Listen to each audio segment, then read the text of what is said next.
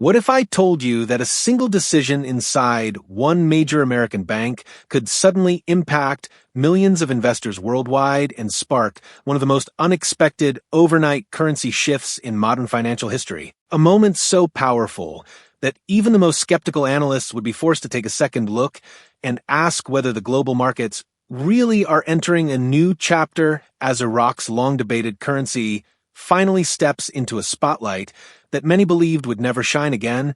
And if you want to understand every angle of this unfolding story, then make sure you stay with me until the very end and hit the like button right now, because what you're about to hear will connect dots that the mainstream financial media rarely explains in detail. For years, conversations around the Iraqi dinar have floated across investment communities, some grounded in historical data and others fueled by speculation. But the one thing that continues to change the tone of the conversation in 2025 is how global banks are repositioning themselves around emerging market currencies, and this includes Chase Bank appearing increasingly prepared to process and monitor dinar-related transactions at a level that raises questions about what they might be. Anticipating. To understand why this matters, it's important to revisit the financial path Iraq has taken over the past decade, navigating political challenges, oil market volatility, currency restrictions, and ambitious reconstruction plans tied to international monetary frameworks. While many currencies remain influenced by domestic politics, the Iraqi dinar sits at a unique intersection where government reforms, oil revenues, stabilization strategies, and IMF-guided financial restructuring all combine into a delicate, watchable equation. Many observers don't truly grasp how central banks evaluate a currency's potential value, but the key lies in liquidity management, foreign reserves, inflation control, and national economic output, and Iraq has been pushing these variables in a direction that gradually strengthens confidence among international partners.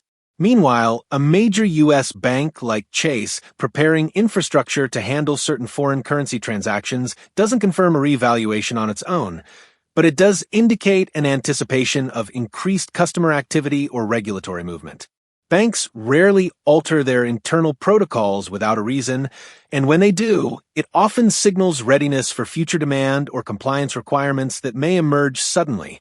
But this readiness doesn't equal a guarantee, and that is where many misunderstand the distinction between operational preparation and actual market triggers. Yet, even so, such preparation does influence public expectations, raising the possibility that an administrative shift could align with Iraq's long-term goals for currency reform. The broader financial landscape of 2025 is equally worth examining because global economies are dealing with shifting interest rates, energy market transitions, and geopolitical recalibrations that could easily magnify the impact of any movement in a resource-rich nation like Iraq. Investors increasingly monitor the region's investment law revisions, foreign contract updates, and economic diversification programs that aim to reduce reliance on crude oil alone. Each small advancement strengthens Iraq's financial credibility and gradually increases the probability of a more internationally integrated currency system. If all these factors converge, bank readiness, regulatory shifts, economic stabilization, and foreign exchange demand, then even if a dramatic overnight revaluation remains unlikely, significant changes could still occur faster than many expect. So stay with me as we unpack this further, because understanding the next layer is essential for anyone watching a global unfolding story. Begins with a deeper look into how Iraq's monetary authorities evaluate currency strength and why global investors keep returning to discussions about a potential rate adjustment even when official announcements remain conservative and measured.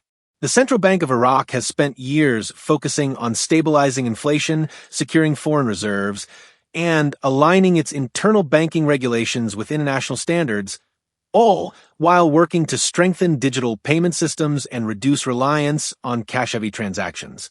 These steps may seem slow to casual observers, but for economists, they signal structural readiness for broader financial integration. A currency does not simply revalue because investors want it to. It revalues when economic fundamentals, regulatory frameworks, government decisions, and international partnerships align tightly enough to support a sustainable upward adjustment. Iraq's most influential strength remains its oil reserves, among the largest in the world, and steady export revenues continue to provide a strong backbone to the nation's foreign reserve position.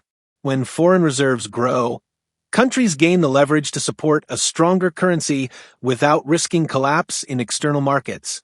Iraq has also been negotiating energy agreements, infrastructure development contracts, and trade expansion plans with countries across the Middle East, Europe, and Asia, all of which gradually build credibility with foreign investors. But credibility alone does not trigger a sudden currency event, and this is where many misunderstand the RV idea. The truth is that revaluations, when they occur, are generally controlled, measured, and based on long-term economic reform, not unpredictable overnight shocks. However, markets can still react suddenly once the foundational groundwork is in place, meaning that a period of quiet stability may precede a faster-than-expected adjustment. It is within this carefully balanced context that the readiness of a major bank like Chase becomes relevant, not because it proves a radical overnight RV, but because it reflects the broader international system preparing for increased interaction with Iraq's currency. The global FX market thrives on liquidity, compliance, and readiness, and when U.S. banks update their foreign exchange protocols, it usually indicates that regulatory oversight, customer inquiries, or anticipated market changes have reached a level where preparation becomes necessary. While this doesn't promise a specific exchange rate, it does confirm that demand for dinar-related services is rising enough to warrant attention. And when major banks begin acknowledging increased interest in a currency that many believed was too politically sensitive to touch, it feeds a cycle of renewed global market curiosity.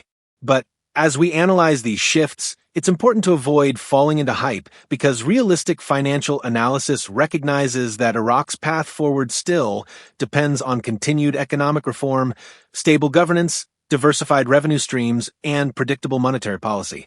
The real value for viewers is not in betting on extreme outcomes, but in understanding why Iraq is becoming increasingly relevant in discussions about emerging markets, energy-driven economies, and long-term currency evolution. That context makes the next phase even more important to understand as we look at how global markets respond to signs of structural improvement.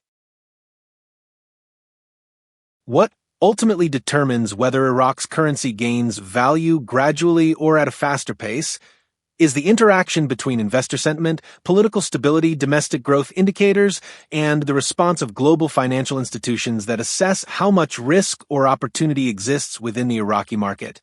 Sentiment plays an unexpectedly large role because financial markets often move not only on factual economic indicators, but also on collective expectations, and the dinar has built one of the most unique investor communities in modern currency history.